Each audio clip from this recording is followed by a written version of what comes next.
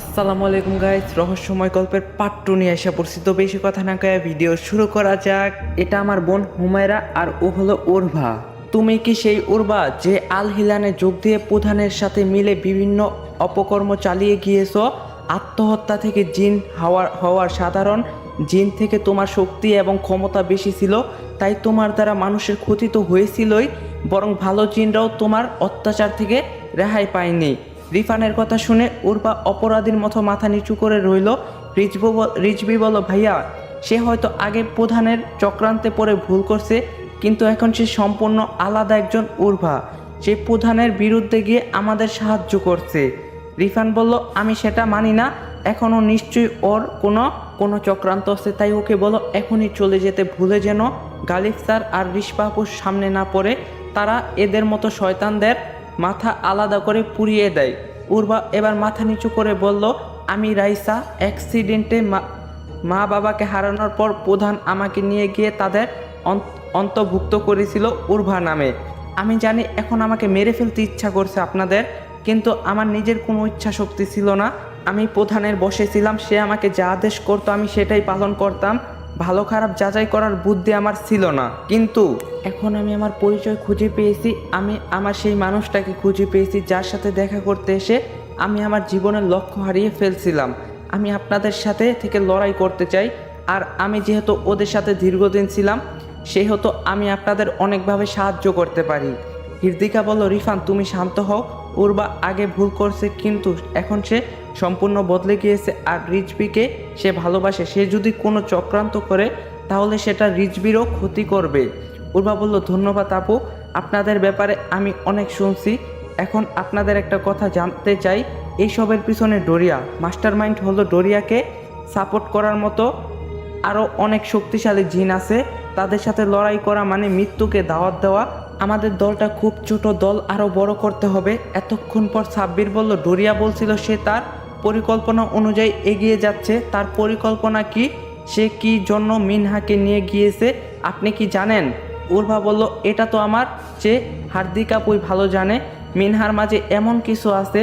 রিফান উর্ভাকে থামিয়ে দিয়ে বলল, এটা নিয়ে এখন কথা বলার সময় না, আমাদের এখনই ডোরিয়াকে খুঁজে বের করতে হবে। উর্ভা বলল, ডোরিয়াকে খুঁজে পেতে আমাদের যেটা দরকার সেটা এই কবরস্থানের ধ্বংসের স্তূপের নিচে চাপা পড়ছে একটা পুরনো বই। সেই বইতে ডোরিয়ার সকল ঠিকানা কথা লেখা আছে, যেখানে সে থাকতে পারে। হিদ্দিকা বলল, তাহলে আমরা সেই বইটা খুঁজে বের করব ওই ধ্বংসস্তূপ থেকে। আমরা এখানে 7 জন আছি, সবাই মিলে খুঁজে খুঁজে সেটা পেয়ে যাব আমরা। এই বলে সবাই কবরস্থানের দিকে এগিয়ে যেতে লাগলো। উর্বা বলল, হিরদিকা আপু আর রিফান ভাইয়াকে তো চিনি। সাব্বির আর রামিমকে দেখিয়ে বলল, কিন্তু এই দুইজন কারা? এদের তো তো খুব দুর্বল মনে হচ্ছে, এরা কি পারবে লড়াই করতে? সাব্বির বলল, দুর্বল? এত বীরত্বের সাথে লড়াই করার পরও আমাকে কেউ চেনে না। তান্ত্রিক তো আমার ভয় পালিয়ে গিয়েছিল। আমি তান্ত্রিককে ধরে ঘুড়ির মতো ঘুরিয়েছি, সে আমার পা ধরে মাপ চাওয়ার জন্য হাত বাড়িয়েছিল।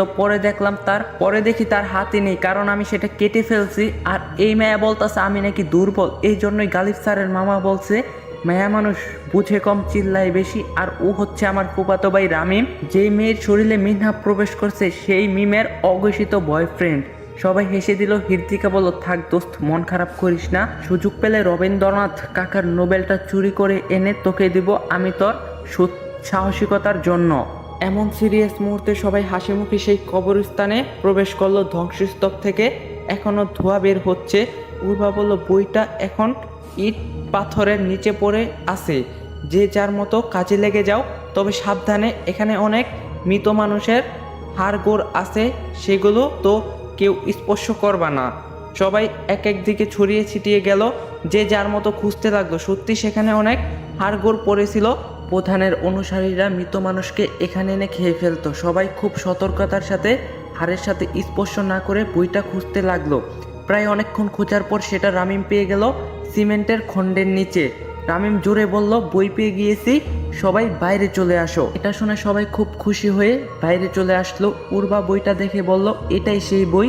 এখানে সব কিছু অন্য একটা ভাষায় লেখা আছে, যেটা ফাদার ছাড়া কেউ পড়তে পারবে না, তাই এখন আমাদের ফাদারের কাছে যেতে হবে। তখন সাব্বির বলে উঠল, সবই ঠিক আছে, কিন্তু আমরা এখানে 7 জন এসেছিলাম, এখন আমরা 6 জন, কেন আরেকজন কোথায়? তাই তো আরেকজন কোথায়? রিজভি বলল, আমার বোন হুমায়রা নেই। সে কোথায়? সে ধ্বংসস্তূপ থেকে বাহির হয়নি। সবাই আবার তাড়াতাড়ি করে সেখানে ঢুকলো হুমায়রাকে খুঁজতে। গাইস, তোমাদের কাছে ছোট্ট একটা রিকোয়েস্ট, তোমরা যারা যারা ভিডিওটা দেখতেছো সবাই কিন্তু চ্যানেলটা সাবস্ক্রাইব করবা। অবশ্যই সবাই চ্যানেলটা সাবস্ক্রাইব করবা। চলো আবার গল্পতে ফিরা যাক। রিজভি ডাকতে লাগলো, হুমায়রা কোথায় তুই? সবাই ডাকছে কিন্তু হুমায়রার কোনো খোঁজ নেই। হঠাৎ সাব্বির থেমে গেল। হিরদিকা বলল, কিরে থামলি কেন? সাব্বির হাতের ইশারায় ডান দিকে দেখালো। সবাই তাকিয়ে দেখলো হুমায়রা আসন করে বসে আছে উল্টো ঘুরে। সে কারোর সাথে কথা বলছে হাত নাড়িয়ে নাড়িয়ে। রিজভি এগিয়ে গেল সেদিকে। হুমায়রা, কি হয়েছে তোর? কার সাথে কথা বলছিস? বাইরে এলি না কেন? বলতে বলতে রিজভি গিয়ে হুমায়রার কাঁধে হাত হাত রাখলো। সাথে সাথে হুমায়রা রিজভির হাত ধরে টান দিয়ে ছুঁড়ে ফেলে দিল।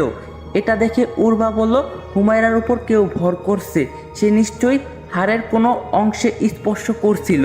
আমি বারবার নিষেধ করছিলাম হাড় যেন কেউ স্পর্শ না করে। হুমায়রা উঠে স্তূপ থেকে ভাঙা ইট আর সিমেন্ট খণ্ড হাতের ইশারায় উড়িয়ে মারতে লাগলো আমাদের দিকে। সবাই এলোমেলো হয়ে গেল। রিফান দৌড়ে গিয়ে হুমায়রাকে ধরে ফেললো, কিন্তু প্রচণ্ড শক্তিতে রিফানকে ছিটকে ফেলে দিল এবং রিজভির দিকে এগিয়ে যেতে লাগলো একটা রডের টুকরো নিয়ে। রিফান ছিটকে গিয়ে পড়ে থাকা পরিত্যক্ত রডের উপর পড়তে যাবে, এমন সময় হিরদিকা গিয়ে রিফানকে ধরে ফেললো। উর্বা বাতাসের গতিতে গিয়ে হুমায়রাকে এক ঝটকায় দূরে ফেলে দিল। হুমায়রা আবার দাঁড়িয়ে বলল, তুই আমাদের সাথে বেইমানি করছিস, তোকে ছাড়বো না আমি। এই বলে উর্বার উপর ঝাঁপিয়ে পড়লো। দুজনের মাঝে হাড্ডাহাড্ডি লড়াই শুরু হলো। বুঝতে পারলাম হুমায়রার উপর যে ভর করছে সে কোনো সাধারণ জিন না, সেও প্রচণ্ড শক্তিশালী। এক পর্যায়ে উর্বার পিছন থেকে হুমায়রা গলা চেপে ধরলো এবং চিৎকার করে বলল, কেউ হুমায়রার একটা চুল হলেও টান দিয়ে ছিঁড়ে ফেলো। রিজভি ছাড়া কেউ এটা করো তাড়াতাড়ি, আমি ওকে ধরে রাখতে পারবো না বেশিক্ষণ। হুমায়রা হিংস্র পশুর মতো জোর খাটাচ্ছে নিজেকে ছাড়ানোর জন্য। মাথা এদিক ওদিক ঝাঁকাচ্ছে যেন কেউ চুল ধরতে না পারে। সাব্বির তাড়াতাড়ি দৌড়ে গেল। অনেক চেষ্টা করে সে হুমায়রার কয়েকটা চুল ধরে ফেললো। এর মাঝে হুমায়রা উর্বার হাতে কামড় বসিয়ে দিল, তবু উর্বা তাকে ছাড়লো না। সাব্বির এক টানে হুমায়রার কয়েকটা চুল ছিঁড়ে নিয়ে আসলো। হুমায়রা জোরে চিৎকার করে উঠল আর বলল, উর্বা তুই তোর বেইমানির শাস্তি পাবি, আর সাথে এদের সবাইকে মরতে হবে। এরপর ধীরে ধীরে হুমায়রা শান্ত হয়ে গেল এবং জ্ঞান হারিয়ে ফেলল। রিজভি একটু আহত হয়েছে, বাম হাত অনেকটা কেটে গিয়েছে। উর্বা বলল, আমাদের এখনই বের হতে হবে এখান থেকে, কেউ এসে হুমায়রাকে উঠাও। রামিম বলল, সাব্বির তুই উঠা গিয়ে এই ভূতনিকে, এখানে সবাই মিঙ্গেল, তুই একমাত্র সিঙ্গেল, তাই ওকে উঠানোর তোর দায়িত্ব। রিজভি হাতে ব্যথা না পেলে এটা রিজভিই করতো। সাব্বির বলল, সিঙ্গেল বলে আর কত খেপাবি আমাকে? আমি তোদের এই কথাবার্তার তীব্র নিন্দা জানাচ্ছি আর আগামীকাল হরতাল ডাকছি। দেশের জনগণ আমার পক্ষে আছে। এই বলে হুমায়রাকে উঠিয়ে নিল সাব্বির। তারপর সেখান থেকে সবাই বের হলো। উর্বা বলল, বই আমাদের হাতে আছে, এখন ফাদারের কাছে গিয়ে জেনে নিব ডোরিয়া এই মুহূর্তে তার কোন ঠিকানায় আছে। সবাই চার্চের উদ্দেশ্যে রওনা হলো। সাব্বির বলল, আমি এই আলোর বস্তাকে কতক্ষণ কোলে করে নিব রিজভি? তুমি তোমার বোনকে বলো না হুশে আসতে, আবার যদি জিন ভর করে তাহলে আমাকে উড়িয়ে নিয়ে যাবে। সবাই হেসে দিল সাব্বিরের কথা শুনে। রিজভি বলল, একটু কষ্ট করে নে রে ভাই, হুশ ফিরে আসবে এখনই হয়তো। বলতে বলতে হুমায়রার জ্ঞান ফিরে এলো। তাড়াহুড়া করে সাব্বিরের কাছ থেকে নেমে বলল, এই আপনি আমাকে কোলে নিছেন কেন? সাহস তো কম না আপনার। সাব্বির বলল, শখের বসে কোলে নিয়েছি আফা, মাফ কইরা দেন। হুমায়রা একটু রেগে গেল। রিজভি এসে হুমায়রাকে সব কিছু বলল, কি হয়েছিল। হুমায়রা বলল, কই, আমার তো কিছু মনে নেই, আমার শুধু মনে আছে হাড়গুড়ের ভিতর আমার পা পড়ে গিয়েছিল আমার, তারপর জুতা থেকে হাত দিয়ে হাড়ের টুকরোগুলো ছাড়িয়ে দিয়েছিলাম, তারপর আর কিছু মনে নেই। উর্বা বলল, বারবার নিষেধ করার পরও কেন হাত দিয়ে হাড় স্পর্শ করলে? তুমি কি বিপদ ডেকে আনছিলে বলতে পারো? তোমার জন্য রিজভি আহত হয়েছে। রিজভি বলল, থাক, ও বুঝতে পারিনি, পরের বার যেন এমন ভুল না হয়। এই বলে সবাই হাঁটা দিল চার্চের দিকে। সাব্বির আর হুমায়রা সবার পিছনে। হুমায়রা সাব্বিরকে বলল, সরি ভাইয়া, আসলে আমি বুঝতে পারিনি। সাব্বির বলল, আপনার লজ্জা করে না বয়ফ্রেন্ডের বয়সী একটা ছেলেকে ভাইয়া বলে ডাকতে? আমাকে সাব্বির বলে ডাকলে খুশি হব। কথা বলতে বলতে সবাই গিয়ে চার্চে উপস্থিত হলো। আজ কেমন যেন এখানে নীরবতা বিরাজ করছে। আশেপাশে মানুষ তো দূরের কথা, একটা পশু পাখিও নেই। উর্বা বলল, সবাই সতর্ক হও, এখানে আবহাওয়া একদম ঠিক মনে হচ্ছে না। ফাদারের থাকার কক্ষে গিয়ে উর্বা কড়া নাড়ালো দরজায়। ফাদার, আমি উর্বা, আপনি কি আছেন কক্ষে? কোনো সারা শব্দ নেই। হৃদিকা গিয়ে দরজা ধাক্কা দিতে খুলে গেল। সবাই সেখানে প্রবেশ করলো, কিন্তু ফাদার নেই। হঠাৎ রামিম বলে উঠল, এখানে রক্তের দাগ। সবাই তাকিয়ে দেখলো রক্তের ফোঁটা পড়তে পড়তে পিছনের দরজা দিয়ে বের হয়ে গিয়েছে। রক্ত ফোঁটা অনুসরণ করে সবাই পিছনের দরজা দিয়ে বের হয়ে এগিয়ে যেতে লাগলো। একটু এগোতেই দেখতে পেল সামনে গাছের নিচে দুইটা মৃতদেহ। একটা তো ফাদারের, কিন্তু আরেকটা কার সেটা বোঝা যাচ্ছে না। সবাই দৌড়ে গেল সেখানে। হঠাৎ গাছের পিছন থেকে একটা ছেলে আরেকটা মেয়ে বের হয়ে আসলো। ছেলেটার হাতে রক্ত মাখা তরবারি, মেয়েটার মুখে রক্তের ছিটা লেগে আছে। তরবারিটা উল্টো করে ধরতে সেটা একটা লাঠিতে পরিণত হয়ে গেল। রিফান অবাক হয়ে বলল, গালিব স্যার, রিশপা আপু, এটা আপনারা কি করছেন? গালিব স্যারের নাম শুনে উর্ভা প্রচণ্ড ভয় পেয়ে গেল এবং রিজভির পিছনে এসে লুকিয়ে গেল যাতে দেখতে পাওয়া না যায়। হৃদিকা বলল, স্যার, এটা কেন করলেন? ফাদার তো ভালো মানুষ ছিল, আর এই মুহূর্তে ফাদারকে আমাদের অনেক দরকার ছিল। তাকে ছাড়া ডুরিয়ার ঠিকানা কেউ বলতে পারবে না। কি করলেন এটা? গালিব স্যার এখনও চুপ করে দাঁড়িয়ে সবার প্রতিক্রিয়া দেখছে। সবাই খুব মন খারাপ আর প্রশ্ন মাখা চেহারায় গালিব স্যারের দিকে তাকিয়ে আছে। সবার কৌতূহল ভেঙে গালিব স্যার এগিয়ে গিয়ে উর্ভাকে রিজভির পিছন থেকে টান দিয়ে বের করে আনলো। রিজভি সহ সবাই এতে বাধা দিতে চাইল। রিশপা বলল, একটু অপেক্ষা করো সবাই, আমরা জানি উর্ভার মাঝে এখন শয়তানি আত্মা নেই, আমরা উর্ভার কোনো ক্ষতি করব না। সবাই খুব শান্তভাবে অপেক্ষা করতে লাগলো স্যার কি করতে যাচ্ছে। উর্ভাকে হাঁটু গেড়ে বসিয়ে স্যার তার লাঠি আবার উল্টো করে ধরে তরবারি বানিয়ে নিল। এটা দেখে উর্ভার গলা শুকিয়ে গেল। সে ভেবেই নিল এই যাত্রায় তার মাথা থাকবে না। তখন রিজভি বলল, স্যার প্লিজ এটা করবেন না, উর্ভার অতীতের কর্মকাণ্ডের জন্য ওকে মারবেন না, ও এখন আমাদেরই একজন। তখন রিফান বলল, আমি জানি গালিব স্যার কখনো ভুল সিদ্ধান্ত নেয় না, সে যা করছে এবং করবে তার পিছনে কোনো কারণ আছে, আমাদের উচিত একটু ধৈর্য ধরে অপেক্ষা করা।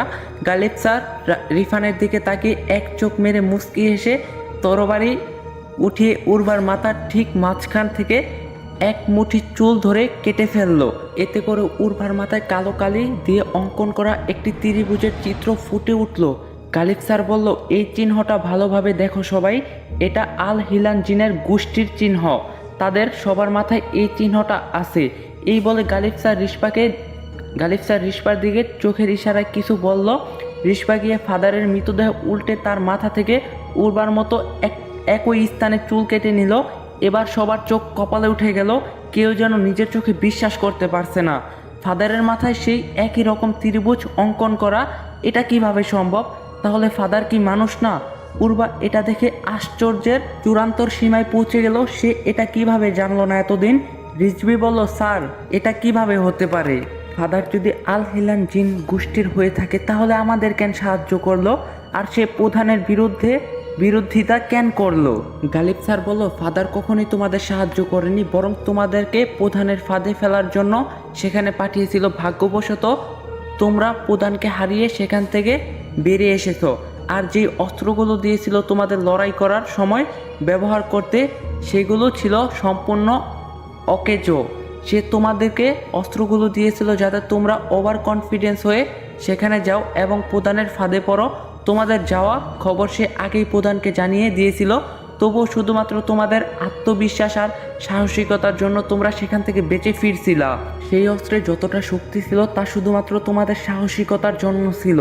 এখন সবাই জেনে রাখো, সাহসের চেয়ে বড় অস্ত্র আর কিছু নেই। যখন তুমি ভয়ভীতিহীন সাহসের সাথে তাদের সাথে লড়াই করতে যাবে, তখন একটা কাগজের টুকরো তোমার জন্য আস্ত হয়ে যাবে। তখন উর্বা বলল, তাহলে স্যার আপনি বলছেন ফাদার একজন জিন ছিল, তাহলে সে আমাকে কেন বাঁচালো? যখন আমি মরতে বসছিলাম সে তো আমাকে মেরে ফেলতে পারতো। তখন গালিব স্যার বলল, সে তোমাকে বাঁচিয়েছিল প্রধানের আদেশ অনুসারেই, কারণ প্রধান চাইছিল তোমাকে নিজ হাতে শাস্তি দিতে। আর এই ফাদার ছিল প্রধানের অন্তত গুরুত্বপূর্ণ একজন অনুসারী। তাদের টার্গেট ছিল খ্রিস্টানদের পথভ্রষ্ট করে শয়তানের অনুসারেই বানানো, এবং সে সেটা খুব ভালোভাবেই পালন করে আসছিল। আমাদের সন্দেহ ছিল ফাদারের ব্যাপারে, তবে নিশ্চিত ছিলাম না। আজকে যখন ফাদারের সাথে দেখা করতে আসি তখন তার সাথে আরেকজন ছিল। ওই যে অন্য মৃতদেহটা, সে আমাদের দেখতে পেয়ে পালাতে শুরু করছিল, কিন্তু তাকে আমরা ধরে ফেলি। তাকে ধরে যখন মারতে যাব তখনই ফাদার তার আসল রূপ আমাদের উপর আক্রমণ করে বসে। এর সাথে আমরা নিশ্চিত হয়ে গেলাম ফাদারের ব্যাপারে আমাদের সন্দেহ সঠিকই ছিল।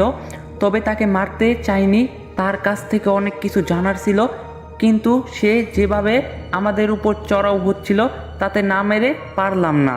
সব শুনে সবাই নিশ্চুপ, কারো মুখে কোনো কথা নেই। এটার জন্য কেউ প্রস্তুত ছিল না মোটেও। উর্বা তো এখনও বিশ্বাসই করতে পারছে না। নীরবতা ভেঙে রিফান বলল, যা হয়েছে ভালোর জন্যই হয়েছে। গালিব স্যার না থাকলে আমরা ফাদারের ফাঁদে আবারও পা দিতাম। এখন আমাদের এমন কাউকে খুঁজতে হবে যে এই বইটা থেকে ডোরিয়ার ঠিকানা বের করতে পারবে। রিশপা বলল, দেখি বইটা। হিরদেকা বইটা রিশপার কাছে দিল। রিশপা সেটা খুলে বলল, অনেক প্রাচীন বইটা। এই বইয়ের লেখাগুলা দোয়াত কলমের কালি দিয়ে লেখা, আর এর পাতাগুলো অনেক ভারী। তবে আমার কাছে অসম্ভব কিছু না এটা বোঝা। এটা প্রাচীন গ্রিক ভাষা। ইতিহাস নিয়ে মাস্টার্স করার সময় আমি এই ভাষাটা শিখছিলাম, মোটামুটি বুঝতেও পারি। তখন সাব্বির বলে উঠল, রিশপাপু জিন্দাবাদ, রিশপাপুর পেটে গালিব স্যারের বাচ্চা হয়ে যাক। সরি গাইস, তোমাদের সাথে একটু ফান করলাম। তখন সাব্বির বলে উঠল, আমার তো প্রথম থেকেই ফাদারের উপর সন্দেহ ছিল, এই জন্য আমি বলছিলাম রিশপাপু ছাড়া এটা কেউ বুঝতে পারবে না। তোরা তো কেউ আমার কথা শুনলি না। হিরদিকা বলল, চুপ চাপাবাস, তুই এটা কখন বললি? তুই তো আমাদের সাথে ফাদারের কাছে চলে আসছস নাচতে নাচতে। সাব্বির বলল, আরে আমি বলছি মনে মনে, তাই তো তোরা শুনতে পাসনি? হুমায়রা আর রামিম শুনছে, তাই না হুমায়রা? হুমায়রা মাথা নেড়ে না সূচক জবাব দিল। রামিমও তাই করলো। সাব্বির বলল, দূর, ইজ্জত পেলাম না। গালিব রিশপাকে উদ্দেশ্য করে বলল, দেখো তো তুমি এই বই থেকে ডোরিয়ার ঠিকানা খুঁজে পাও কি না। রিশপা বইটা খুব মনোযোগ সহকারে পড়তে লাগলো। সবাই চুপচাপ অপেক্ষা করছে। পড়া শেষে রিশপা বলল, এই বই এ ডোরিয়ার অনেকগুলো ঠিকানা দেওয়া আছে। এই মুহূর্তে সে কোন কোন ঠিকানা আছে সেটা সম্পর্কে স্পষ্ট করে কিছু লেখা নেই। হিরদিকা বলল, তাহলে এখন কি করব? এক এক করে সব ঠিকানায় আক্রমণ করব? একটা না একটাতে তো পাবই। গালিব স্যার বলল, না, এটা করলে অনেক সময় লাগবে, আর এর মাঝে ডোরিয়া মিনহাকে তারা তার উদ্দেশ্য সফল করে ফেলবে। যেখান থেকে শুরু হয়েছিল আমরা সেখানে যাব এখন, মানে মিমদের বাসায়। আমি নিশ্চিত মিনহা সেখানে কোনো না কোনো ক্লু তো রেখে গিয়েছে আমাদের জন্য। রিফান বলল, ঠিক বলছেন স্যার, তাহলে আর দেরি কেন, আমরা এখনই সেখানে যাব। যেহেতু সিলেট ছিল রিজবিদের এলাকা, তাই রিফান একটা মাইক্রোবাস জোগাড় করতে বলল রিজবিকে, যত তাড়াতাড়ি পৌঁছানো যায়। রিজবি কাকে যেন ফোন করে গাড়ির ব্যবস্থা করে ফেললো। গাড়ি চলে আসলো। হিরদিকা সাব্বিরকে বলল। তখন সাব্বির বলল, মে ড্রাইভার হু তেরি বাপ, আজকে তোদের কোমর ভেঙে নিব দেখিস। সবাই গাড়িতে উঠে বসলো। সাব্বির ঠিকঠাক মতো গাড়ি চালাতে লাগলো। পথে সন্ধ্যা নেমে আসলো। বিশ্ব রুট দিয়ে প্রচণ্ড গতিতে গাড়ি এগিয়ে যাচ্ছে। সবার একটাই চিন্তা, মিমদের বাসায় গিয়ে কোনো কুলো পাবে কি না। হঠাৎ ধাপাস করে গাড়ির ছাদে কিছু একটা পড়লো। সবাই চমকে গেল। গালিব স্যার বলল, সাব্বির, যাই হোক না কেন, তুমি গাড়ি থামাবা না। এরপর কেমন যেন একটা শব্দ আসতে লাগলো উপর থেকে। মনে হচ্ছে কোনো হিংস্র যন্ত্র তার ধারালো নখ দিয়ে গাড়ির ছাদে আঁচড় দিচ্ছে। হিরদিকা বলল, এতক্ষণে আমাদের সন্দেহ ছিল সেখানে গিয়ে কোনো কুলো পাবো কি না, এবার বিশ্বাস হয়ে গিয়েছে অবশ্যই সেখানে কিছু পাবো, এই জন্যই বাধা সৃষ্টি করছে তারা। হঠাৎ গাড়ির সামনে দিয়ে সাদা কাপড় পরা কেউ খুব দ্রুত চলে গেল। সাব্বির কষে ব্রেক করলো। গতি অনেক থাকায় একজন আরেকজনের উপর এসে পড়লো। সাব্বির বলল, তারা আমাদের যেতে দিচ্ছে না স্যার, বারবার বাধা সৃষ্টি করছে। তখন গালিব স্যার বলল, সবাই নামো গাড়ি থেকে। রাস্তার এক পাশে গাড়ি সাইড করে সবাই নামলো। এরপর আশেপাশে দেখতে লাগলো। দূরপাল্লার বাসগুলো ঝড়ের বেগে চলে যাচ্ছে বিশ্ব রোড দিয়ে। অন্ধকারও নেমে এসেছে। আচমকা কয়েকটা কালো বিড়াল গোয়াতে রাস্তার পাশ থেকে উঠে আসলো। কিছু বুঝে ওঠার আগে বিড়ালগুলো আক্রমণ করে বসলো। তো গাইস, পার্ট 2 লাগলে অবশ্যই কমেন্টে বলবা। আর চ্যানেলটা কিন্তু সবাই সাবস্ক্রাইব করবা, সবাই সাবস্ক্রাইব করো। তো ভিডিও লাইক টার্গেট 1K, যদি একদিনের ভিতরে 1K লাইক কমপ্লিট করতে পারো তাহলে নেক্সট পার্ট কালকেই পাবে। তো ভিডিওটা সবাই ফটাফট লাইক দাও। আর চ্যানেলে নতুন না থাকলে অবশ্যই চ্যানেলটা সাবস্ক্রাইব করো।